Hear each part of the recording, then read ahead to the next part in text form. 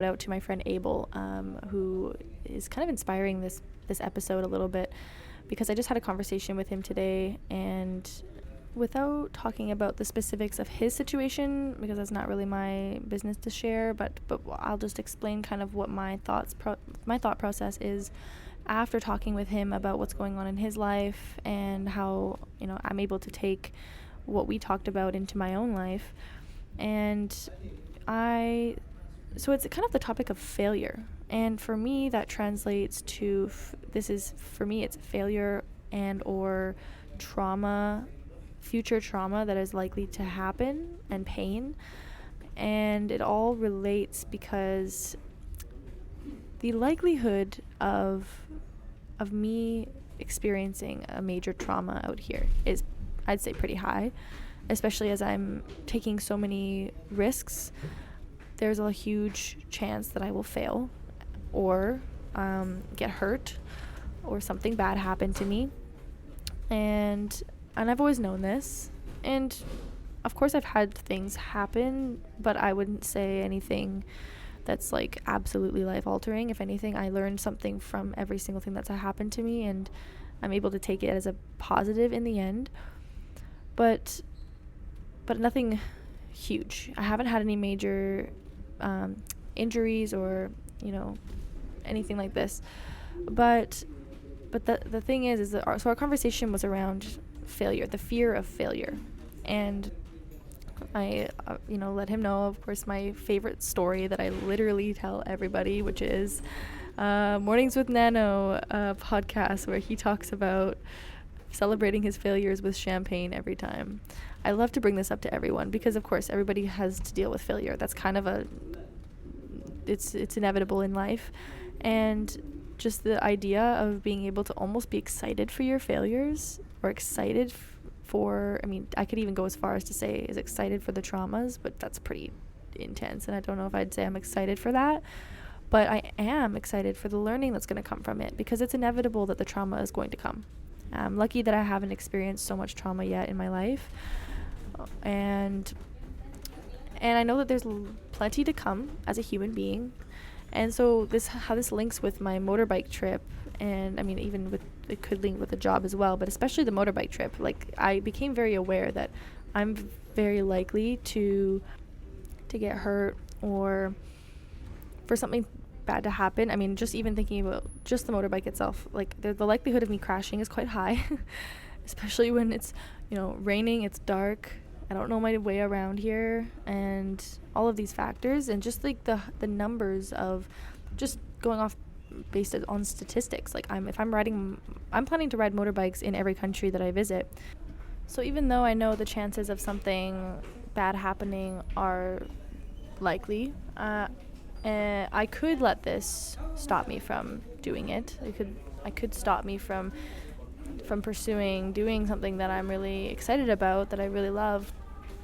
Or I'm just going to accept that that's a part of life. And it seems simple enough, but this also goes along with the failure thing, right? So when you're striving for greatness and going after the big juicy goals that you set for yourself, I'm learning to speak in the first person more often. So like for me, when I'm striving for these kind of goals, and when I know that failure is inevitable, and at the same time my success is inevitable.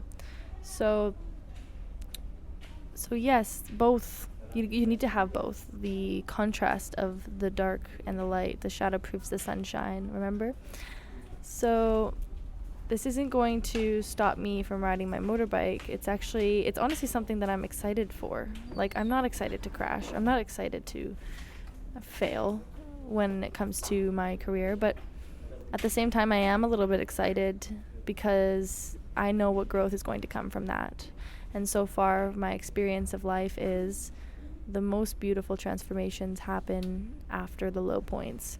And so right now I'm riding this wave, this really, really high wave in life, where things just keep getting better and better and better.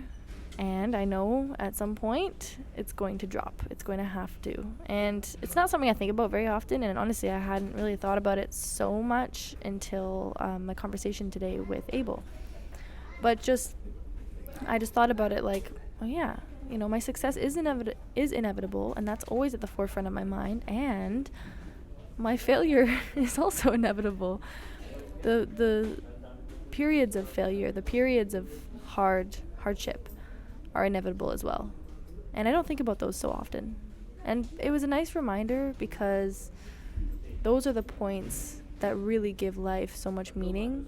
It's not even the highs that I experience. It's actually the low lows that really shape you and that shape me.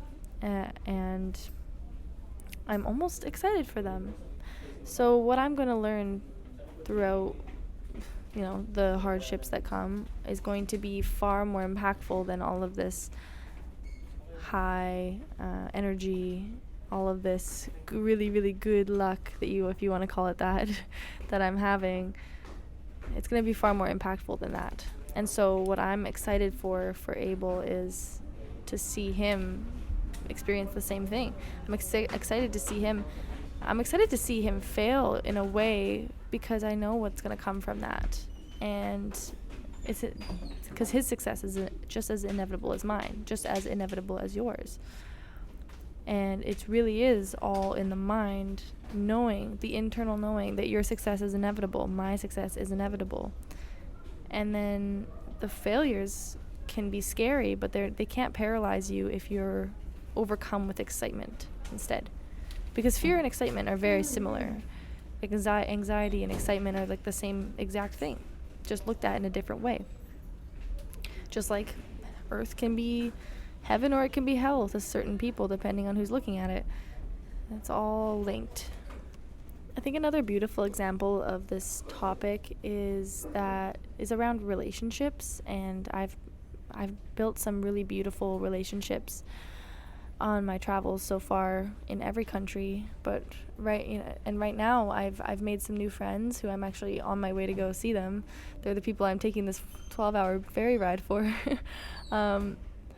And these are the kind of relationships that when it comes to any type of relationship out here, they're not very long, but they're very, very impactful and meaningful and rich.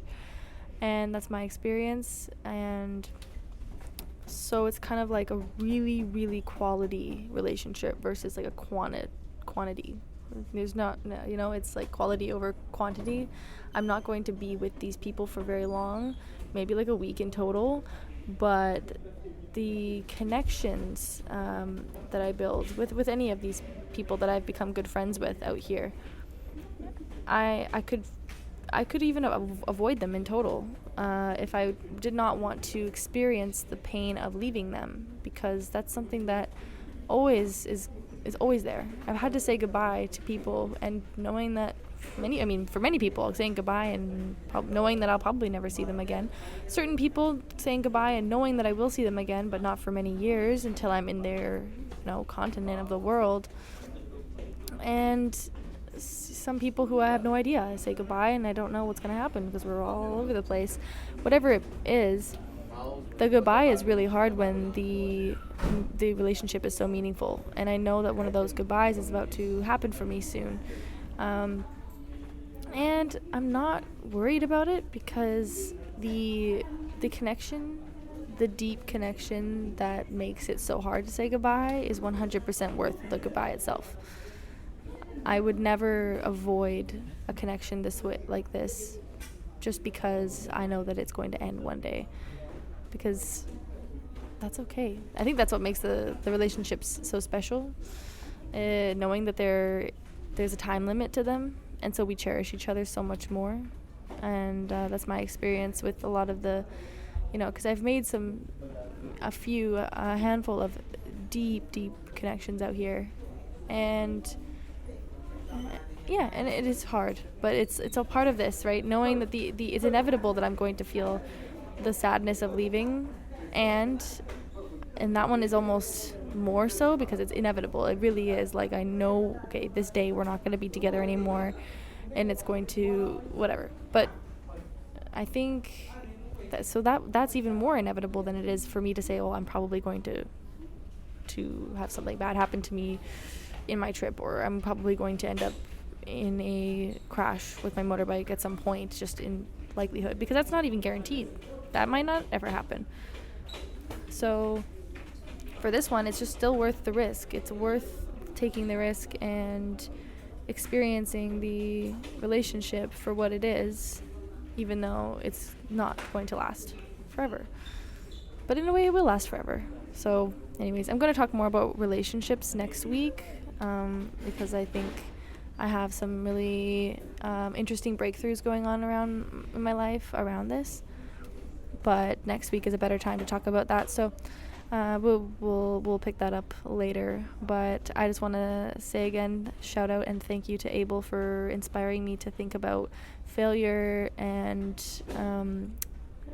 hardship in a different way, or not so much in a different way, but just to think about it in general, and just to notice that I'm on the peak of one of the peaks. It seems to be mostly uphill, but eventually it's going to go down, and I'm prepared for it. I'm not expecting it, but in the way I am, because it's a part of life. But at the same time, it's not like, oh, I have all of these good things happening to me, so I'm just waiting for the next bad thing. No, I'm definitely not, because I'm always expecting good things to happen to me, and that's a part of the reason that they always do happen to me. However, I do know how life is and how there's ebbs and flows, and I'm prepared more now to deal with the ebbs, because I'm always in a state of flow with those ebbs, if that makes any sense. I would say the moral of this conversation is around taking the risks, acknowledging the fear that you may have behind them, and just doing it anyways, knowing, and not just doing it anyways in spite of the risk of failure and of pain, but actually doing it almost with anticipation of and almost excitement around it, because of the growth that's going to happen through those low times. And without anticipating it so much, like, you can anticipate something without thinking about it so much. I'm not going to always be thinking about bad things happening to me, or anticipating any failures, because that's not where I want my energy to go. But at the same time, when those thoughts arise, and for some people it arises more than others, right now, my friend Abel, he's experiencing the fear of failure, and he's going to experience a major breakthrough by breaking through this fear, and by breaking through whatever is in his mind about what could happen. And however that's going to look, I'm not sure. But for me, that really looks like just acknowledging that the failures and the downtimes are what makes life so beautiful, and what teaches me the most about who I am. And just like riding the motorcycles, when I if I do eventually get into a cluster biff out there, well, I'm going to learn a lot about what happened there, and I'm going to learn a lot about driving, and I'm going to be a better driver because of it. And just like the times where I've been out there, where I've been like, okay, this is questionable terrain, I am alone, and I'm really risking it right now. This is, if I was to die, nobody would be able to come. There's been times like this but that's the times where I learn the most. So it doesn't even have to be something as harsh as a crash, but it could just be like, in the moment, I'm genuinely scared for my life, and that's the parts that I think are just the most exciting, and the most learning will come from those. So I want to thank you, Abel, for impacting me today, as always. And I want to thank everyone for listening. That's the moral of the story. Next week we're going to talk about some relationship stuff, and I'm really excited to get into that, because I haven't talked so much about relationships over the course of this podcast, but I've got a lot of things to say around all of this. So let's pick back up there. Okay, I love you. Bye. Thank you so much for listening to the Friendly Frequencies podcast. I would absolutely love it if you could leave me a review on iTunes and Spotify and anywhere else that you are listening to this from. And what I will do is, for anybody that gives me both a review on Spotify and iTunes, I will send you my 30 plus hour long playlist that I have shared with many people over